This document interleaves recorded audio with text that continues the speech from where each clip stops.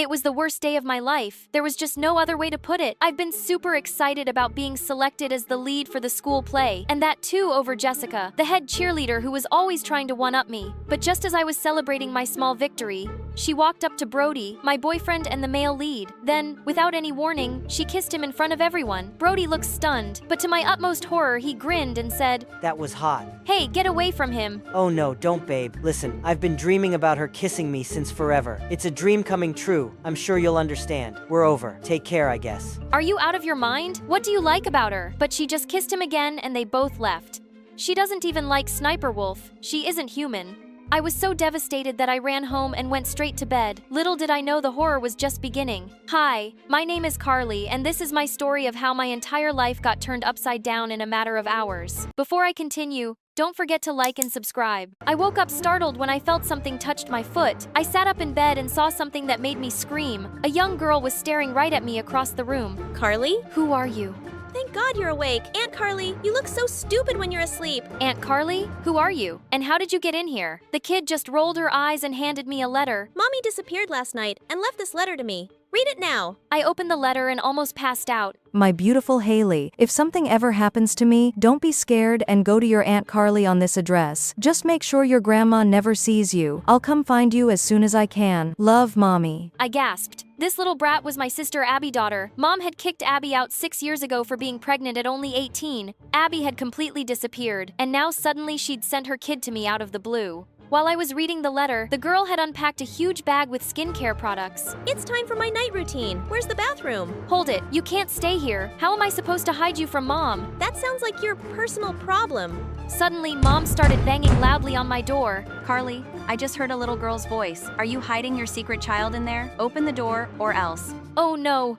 I shoved Haley inside my closet and threw all her bags under my bed just as the door flew open, and Mom barged in looking like a bull ready to attack. "What took you so long to open the door? Where's your kid?" "Don't be crazy, Mom. Why would I have a kid? I don't remember getting pregnant for 9 freaking months. I don't even have a boyfriend." That's what your sister said too, but look what she did. "But I'm not Abby, Mom." I have my eyes on you, young lady. As soon as Mom left the room, Haley stepped out of my closet looking really annoyed. Your mom sounds like a pain in the butt. "I don't know what to do with you. Could you just go to sleep now so I can have my peace? I'll get you a mattress." She laughed and jumped onto the bed. Don't be crazy. That's child abuse. Before I could protest, she had snuggled under the covers and gone to sleep. I considered putting her out with the trash, but as she lay there peacefully, I realized that she looked so much like her mom. It just really made me miss my sister. "Okay, fine. I'll give you a week before I have to figure out how to deal with the situation." The next day, I woke up to Haley jumping on the bed. It's all done. Auntie Dumbo. "What is this?" Your homework? I redid everything because all your answers were wrong. She pushed my notebook into my hands and I almost passed out. She'd erased all my work and it was due today. I didn't have time to correct it.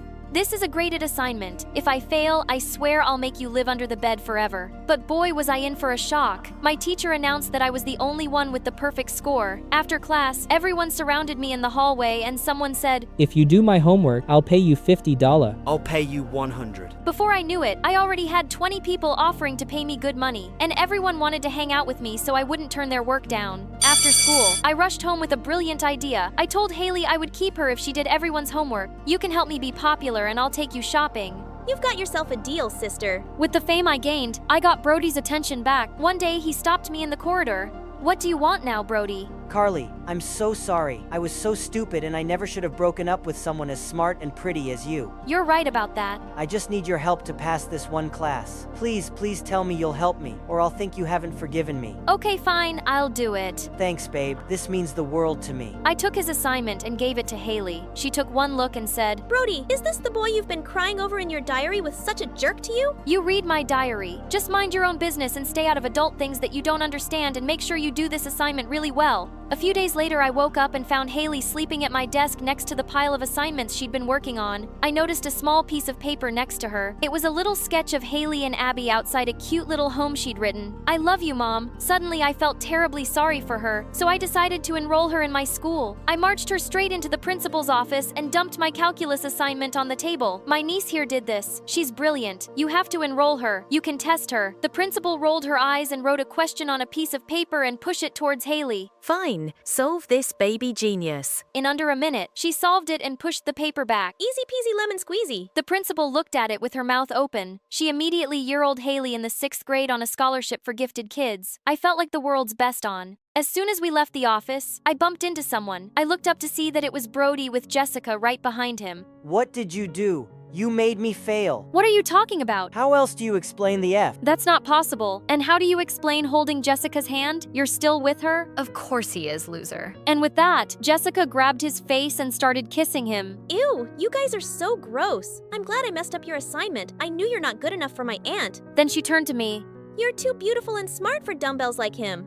You deserve someone so much better. Jessica raised her hand to slap Haley. Watch your mouth, you little. I immediately cut in. If you or your two-timing jerk of a boyfriend ever think of touching my niece, I will rip you apart. Come on, Haley. After class, I looked around for Haley, but she was nowhere to be seen. I finally found her in the washroom surrounded by other girls from 6th grade. You're only tough in class, BB Einstein. Isn't it time change your diaper already? You stink. Back off. I'm not scared of you. It's time we change that. There was no way someone was talking to my niece like that. Hey, back off, jerks. You're just jealous because she's smarter in her sleep than you are all at your best. The girls immediately stepped away and scattered as they ran out of the bathroom. One of them said, If I was that ugly, I would want to be smart too. At that, Haley burst into tears. I am beautiful. I have a curry skin purity. I asked her what I could do to make her feel better. Well, I've been wanting to go shopping for weeks now. How about I take you to the mall tomorrow, kiddo? I have the play today and I really need that scholarship. But I really need new boots. I've only 14 pairs. That's its tragics. I promise. I'll take you tomorrow. It's Sleeping Beauty. All you have to do is sleep. No need for practice. I want to go now. I sighed and said nothing. She looked mad and ran off. I deal with her later. I had to play in University Scouts waiting for me. I changed it to my costume and was just about to go on stage when my phone rang. We have a little girl here, Haley, who says she's your niece and she's forgotten her way home. Please come and get her immediately. The mall's closing. What? You must be mistaken. Haley would never listen. Lady, you come get this kid or I leave her outside. I ran out of the auditorium feeling furious. I was going to kill Haley. I found her outside the mall and a pair of new boots. She jumped up when she saw me. Hey, look, Kylie. Aren't these pretty? How could she make me miss my play for a pair of stupid shoes? Before I knew it, I was yelling at her. You're such a brat. I wish you'd never come to live with me. Haley looked shocked and then burst into tears. As soon as we got home, she jumped into the closet and slammed it shut. I started feeling terrible for yelling at her and told her to come sleep on the bed, but she wouldn't even reply to me. When I woke up the next morning, Haley wasn't in the cupboard. I noticed her little backpack was gone too, and so was the picture she'd drawn. I looked for her all over the house, then ran to school hoping to find her in class, but her teacher said she hadn't come to school this morning. Is everything okay, Carly? Also, when you have the time, I need to talk to you about Haley's attention deficit disorder. Her what? Oh God, her behavior was a condition. I felt even worse. Panic rose in my chest, and I did the only anything I could. I went to Mom and told her everything. She was shocked at first, and then she was so mad at me. You let my grandchild sleep in the closet and now you've lost her. How could you be so careless? Don't blame me. It's your fault my sister doesn't trust you with her kid and I'm only 15. This is not the time for your nonsense. Where do we look for her now? Just then Haley drawing came to my mind and I thought that Haley might be at my sister. We got there and I ran inside and sure enough this was Abby house. I started to look around and found Haley in bed fast asleep while hugging Abby frame picture. Mom and I ran and hugged her and Mom whispered into her ear. I'm sorry, kiddo. I'm so sorry. I don't know where your mommy is, but I promise I'll look after you till then. Somewhere along the evening, we fell asleep next to Haley. The next morning, I woke up to find Abby sitting on the bed and smiling at us. Abby? Abby? Mommy! Haley ran and hugged her while she groaned a bit. Easy there, kiddo. Mom was all tears. She kept hugging Abby and Haley and crying and see how sorry she was. But where were you, Abby? What's wrong? Finally, she told me where she'd been for the last month. Apparently, she'd passed out at work and had to be taken to the hospital. She'd been unwell for a while and had left the note with my address for Abby as a precaution in case she got worse. Lucky you did, but now it's time to come back home. You need someone to take care of you. And now that I've seen her, I want my granddaughter in my life. Looks like no one can resist your cuteness. Oh, thank goodness. Aunt Carly finally said something smart. A young Chinese couple moved to the US with their baby, and for 4 years they were struggling to make ends meet. So when the woman found out she was pregnant again, she was really upset. Another child? Even one is too much. Just then, her husband burst in and said he'd found an investor for his business. Oh honey, our luck is about to turn. And it did. Within a few months, the man's business was booming. They moved to a lovely house where they welcomed their second child, who was me. Hi, my name is Gia, which means extraordinary. Before I continue, please like and subscribe. My parents could spend hours gazing at me. They thought I was perfection itself and they gave me everything. I literally grew up with a silver spoon in my mouth. All was perfect except for one problem. My older sister, Mia, she was weird. She would just glare at me or wake me up in the middle of the night. On my first birthday, my parents threw a huge party for the entire neighborhood as everyone gathered around the table. Then suddenly Mia jumped onto it. I've never had a birthday party. I've never even had a cake. Why does she get everything? Is that girl your daughter? You never mentioned any other kid than Gia. Screamed, and then she went all Godzilla on my cake. She was banned from the party and my parents arranged for another cake within minutes. As I got older, I started realizing that my parents were really unfair to Mia. When I was 5, I got all the presents I wanted for Christmas, but she looked really mad at hers. Why would you give me these ugly socks and a geography book? What's wrong with the book? If you opened one, sometimes your grades would be better. Why are you guys always like this with me, and never with Gia? Because Gia is perfect. She's just easier to love. I felt terrible as Mia's eyes welled up and she stormed off.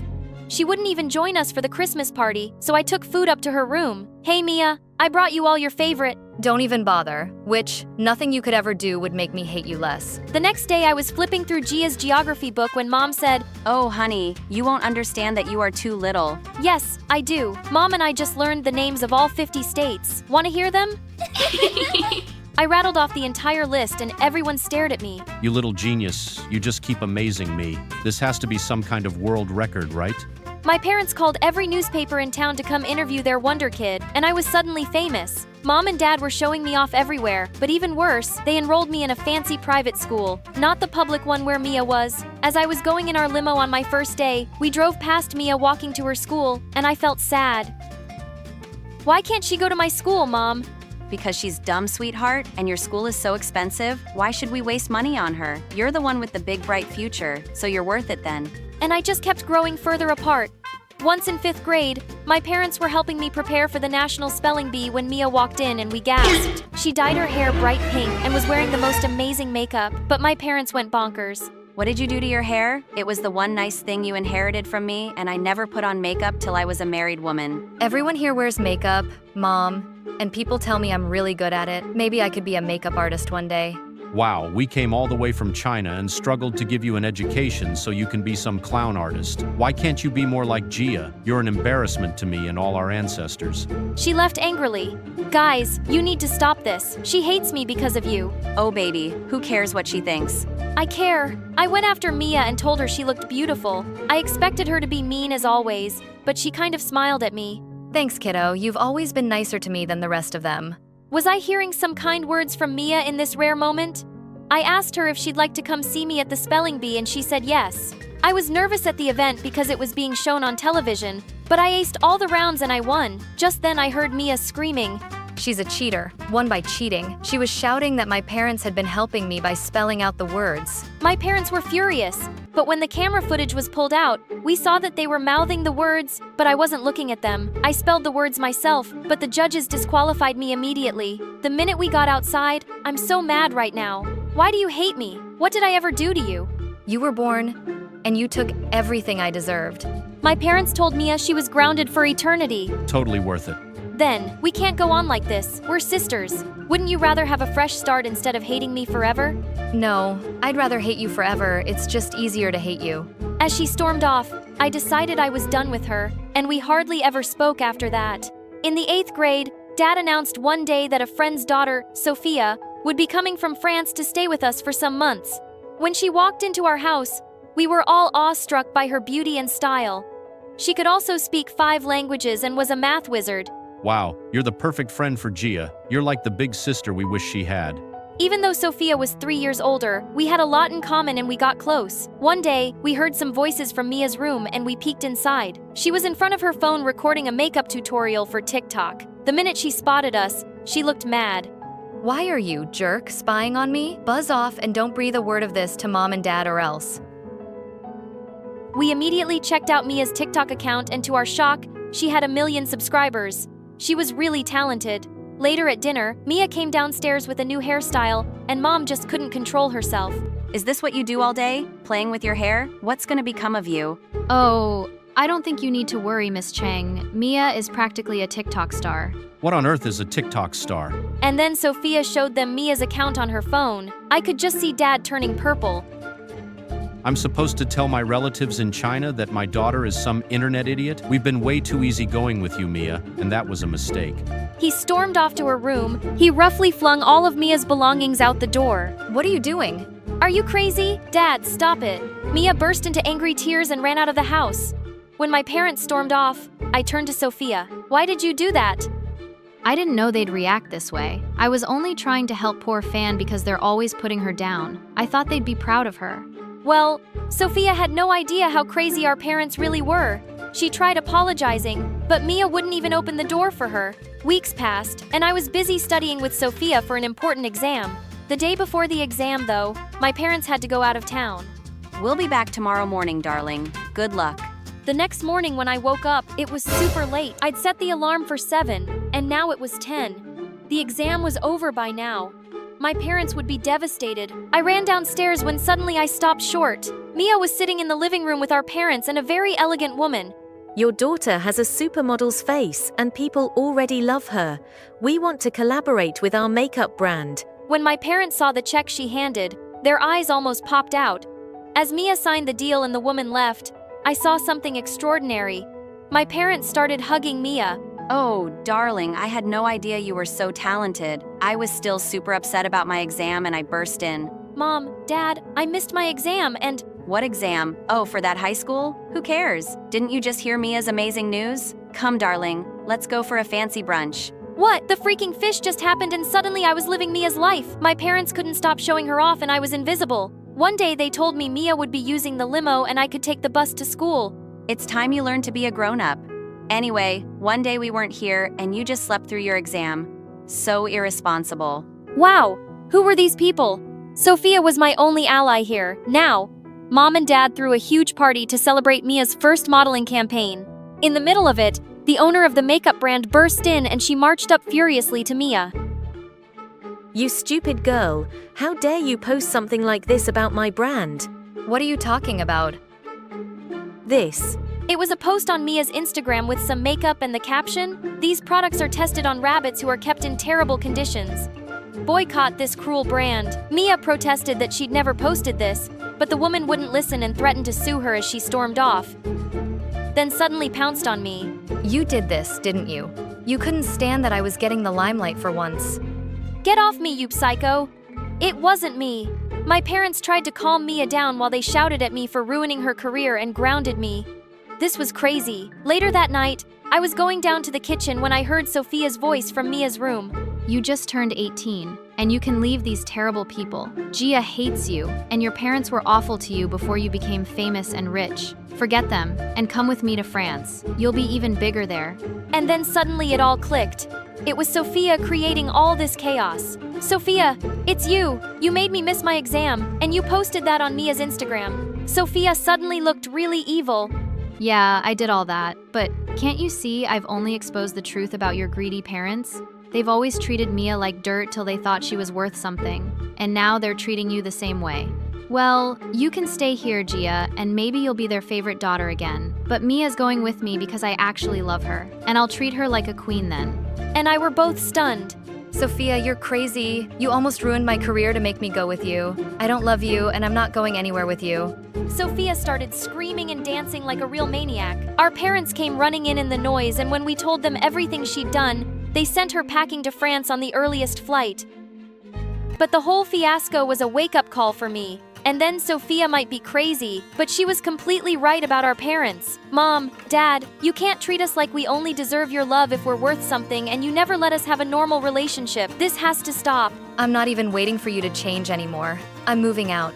Gia, would you like to come with me and maybe we could have a fresh start? I instantly said yes, and no matter how much our parents begged, we decided it was best for us to move away from them. Family love should be unconditional, not dependent on achievements or talents. Treating children fairly and respecting their individual passions helps them feel accepted and more connected. Today, we're meeting a super special family, basically a lineup of sports geniuses. They looked at my sister Astrid, beaming with pride. And their oldest daughter is a real prodigy on the slopes. Huh, hey there, I'm Amy, the youngest in the so-called sports genius family. Don't forget to like and subscribe. Except for plot twists, I'm terrible at sports, and honestly, I couldn't care less about them. I was born a month early, so I was always weaker than Astrid. That's why my parents never wanted me near sports. They didn't even let me go to school like other kids. I had private tutors at home, which meant no friends. Astrid was my first and only one. Astrid, your sister's always been fragile. You need to look after her and let her have her way, okay? I followed Astrid everywhere. After school, even during her skiing training sessions. When she got her, I was the one wrapping her bandages. In my imagination, she would grow into a professional skiing star, and I would be her personal nurse.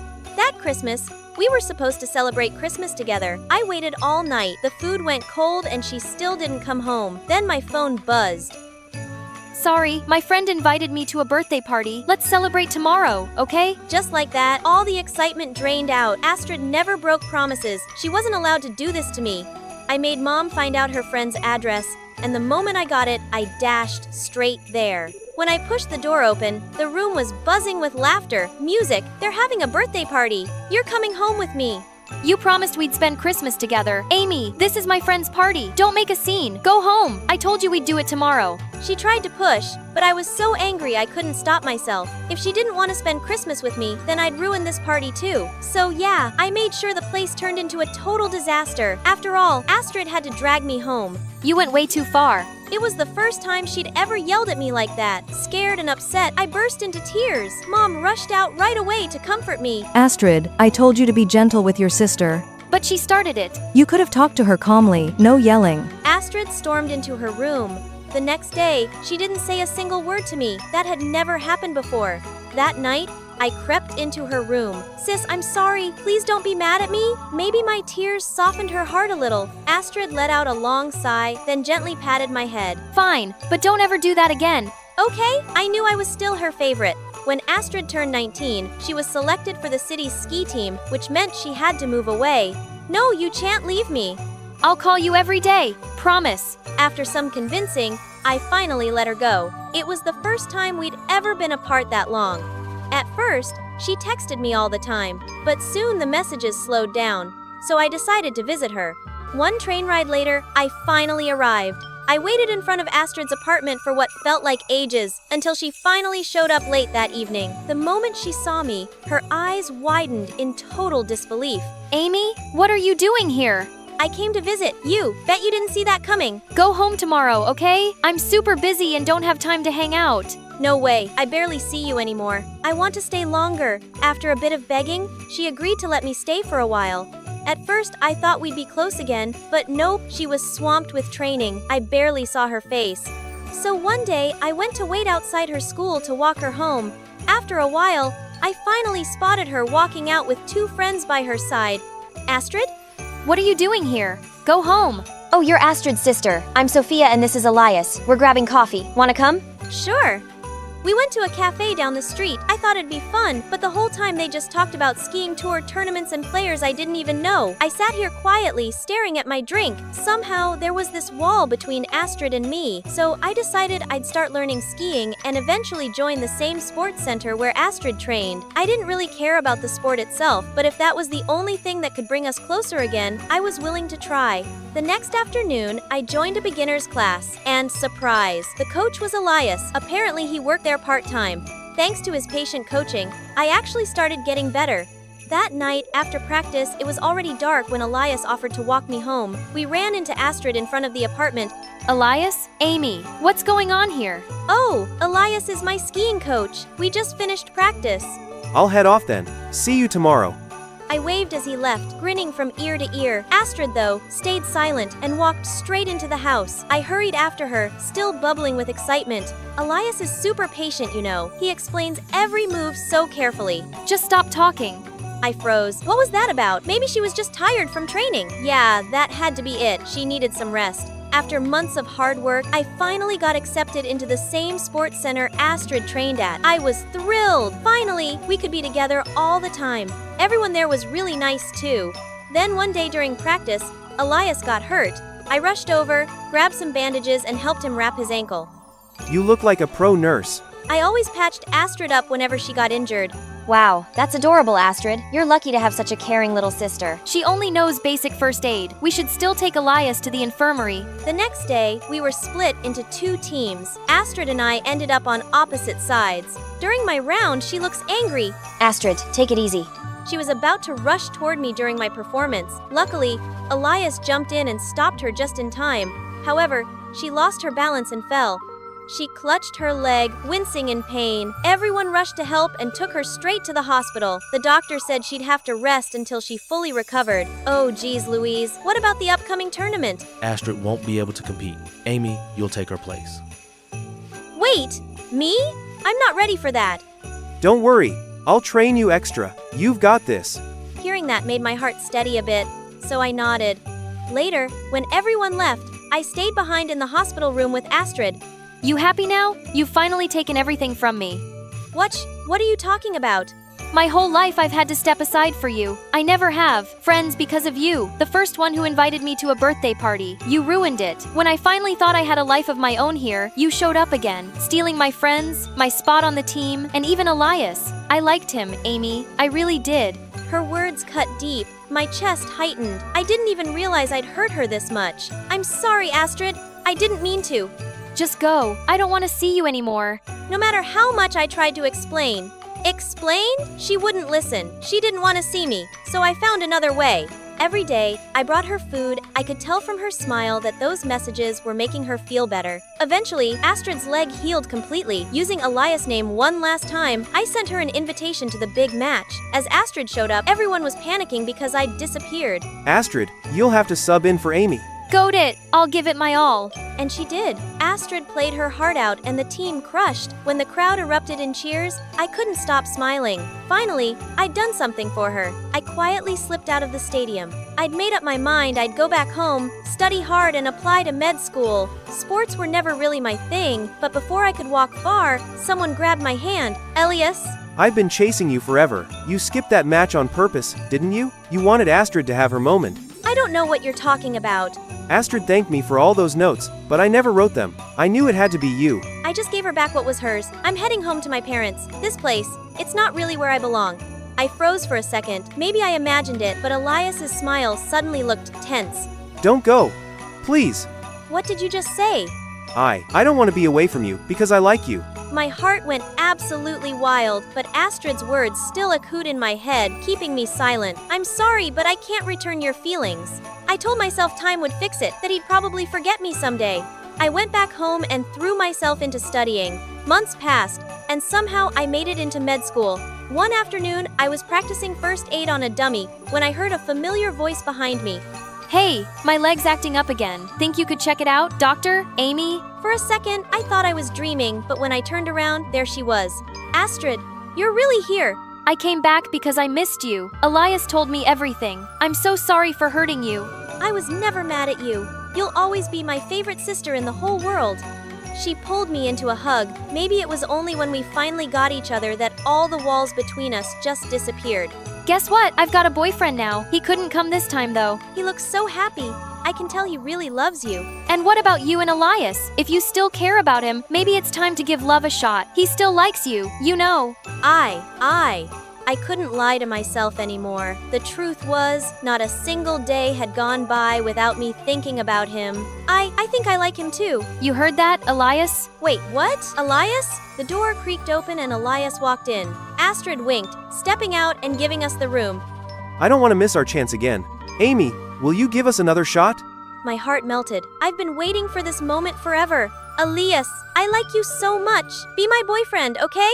Hey, I'm Kirsty, and I have an identical twin sister called Arabelle. We didn't have a normal upbringing as our mom abandoned us at an orphanage when we were 6. I'm not fully sure why she gave us up. I guess she was young and just couldn't cope. As little kids, my sister and I were close. We used to fool the other kids and the nuns into thinking that we were each other. Arabelle always wore a pink bow in her hair, so we'd both wear one and freak the kids out by double-crossing them in the corridors. Those were good times. But when we got older, everything has changed. I started to become green with envy. And Arabelle? Everyone always liked her more than me. The nuns called her Little Cat, and every kid kept surrounding her like she was a sparkling star or something. They all thought she was so sweet and polite. This annoyed me because I knew the real her. And she wasn't sweet at all. if not a completely fake girl, and she just knew exactly what to say and do to get the most from people. Then when we were 12, a lot had been happening that completely changed our lives. The orphanage had financial problems that could not be saved. Our nuns loved us so much that they didn't want to lose any of us, but they had no choice but to allow the social organization to find us adoptive parents. The nuns didn't want my sister and I to be apart, so they sent us to 2 families in the same town. But the God of justice must be blind as usual. Arabelle was way luckier than me.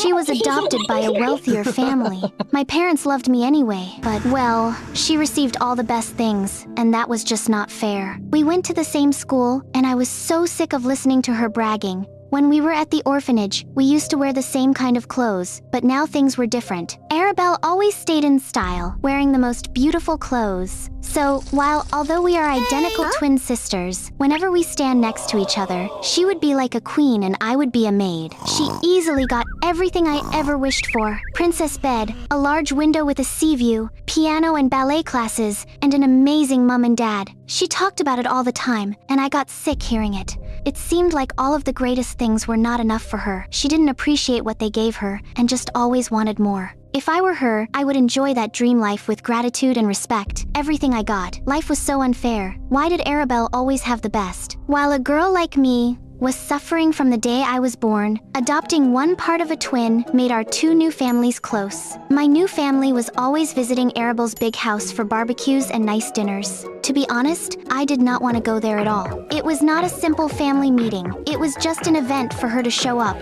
Her parents were so nice, and just by looking at the way they treated her, I could tell that they loved her so much. They often patted her head and called her puppy. Arabelle acted all sweet then behind their backs. She said this nickname made her feel sick. As she wasn't 5, no one seemed to realize the truth. Arabelle was absolutely not as cute as they ever thought. She actually was kind of insolent, haughty, boastful girl, and most of all, she was a fake. I remember one time when her mother's birthday party was taking place. Her mom looked stunning in that gorgeous dress, and people in the room just stayed silent for a while to show their impressing. Arabelle pretended to be cute and gave tons of compliments to her mom. But as soon as her mom turned her back on us, Arabelle whispered to me, "Look at her stupid smile. She is thinking that she really is beautiful, while everyone knows that I'm the one who looks stunning here." I was so sick of her double life. She was so lucky living that great life, but she had no appreciation for what she already had, and she was so fake. One time, I tried to unmask her true colors. I tried to tell my parents and our mutual friend about how she'd acted behind their backs, but they never believed me and just told me to stop being mean and selfish. They didn't understand a thing about her real version and even scolded me. I was the one who deserved that life, not that fake loser girl. That was when I decided to make a bigger plan. I wanted to replace Arabelle and live her life. I started staring at her work and copied her handwriting. I practiced imitating her voice. We sounded pretty similar, so this was easy. I secretly followed her and her lame friends at school so that I could learn all about their hobbies and habits, but my family was not as wealthy as theirs. I could only stand outside the restaurant, the clothing store, or the cinema.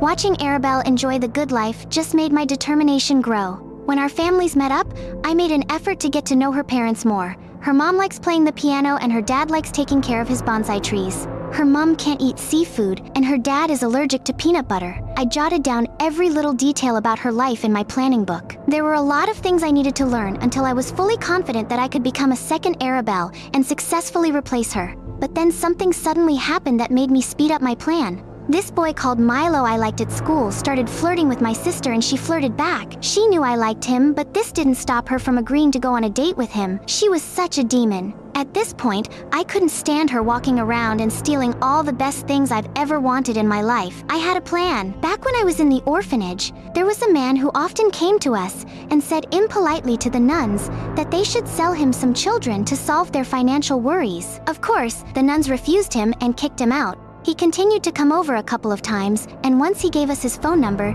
saying that if any of us got into trouble, we could find him. Then the nun showed up and threatened to call the cops. Well, that was the last time I saw him. I always kept that number because I knew there would be a day I would need it, and that day finally came. I called him and we came up with a plan to solve my Arabelle issue. He sent her an anonymous message telling her to come to a secluded corner in the park and to find out some juicy gossip about Milo. Of course, my nosy sister agreed. The man promised my sister would be sent to another place to work to help him earn money, and she wouldn't be harmed. I left a letter at home saying I'd had enough of the poor life and I'd found a better place to go. I told my parents not to be sad and not to look for me. I hid in a corner of the park and waited for my sister to appear. Then when they took her, I could easily hop into her life and replace her. There would be no more Kirsty anymore, as I would perfectly be back as Arabelle. Well, the better version of her. Suddenly, I saw a black car stop in the distance. 2 tattooed guys got out of the car. I could see guns in their back. They stopped for a moment to wet a hanky with some liquid thing. This didn't feel right. I knew that this was going way too far. They would hurt my sister, and I was the one who was participating in this sin. And I knew that I would live in guilt for the rest of my life if I ever let it happen. I immediately ran out from where I was hiding, grabbed my sister's hand and pulled her away. I heard their footsteps right behind us, so I ran as fast as possible to the crowd of people and screamed loudly at the same time to let people around pay attention to us. The other 2 men probably gave up when we ran into the crowd. After we got back to her home, I told her that I happened to be walking past and overheard the guys saying they were going to kidnap her. Then I just ran to reach her as fast as possible without thinking. She hugged me and thanked me for saving her life. She said that she always thought that I didn't like her. And she used to feel that way about me too. Wow, that moment she came clear that she used to think that I was just a gross, dirty girl and didn't deserve to be around her. And she, from time to time, tried to pretend herself in front of me just to make me jealous. She was so sorry for her selfish mind and promised to change her character for me. I also told her that sometimes I became so mean because of envy, but facing this dangerous situation made me realize how much she means to me, and I will not let jealousy blind me anymore. Turns out living a great life was that simple. We just need to talk straight and openly with each other to solve the problems between us. As for my parents, they read the letter, I left them and got upset. We had a good talk, and I realized I was being the ungrateful one. Yes, so they didn't have as much money as Arabelle's family did, but they were good people who cared about me. Arabelle hadn't been the only selfish one. I'd been selfish too. Life's good, and Arabelle and I are getting on better than ever. Still, the guilt from what I planned eats me up. Should I come clean about what really happened? Or should I keep it a secret and carry on like normal? I mean, it's not like anyone was hurt, right?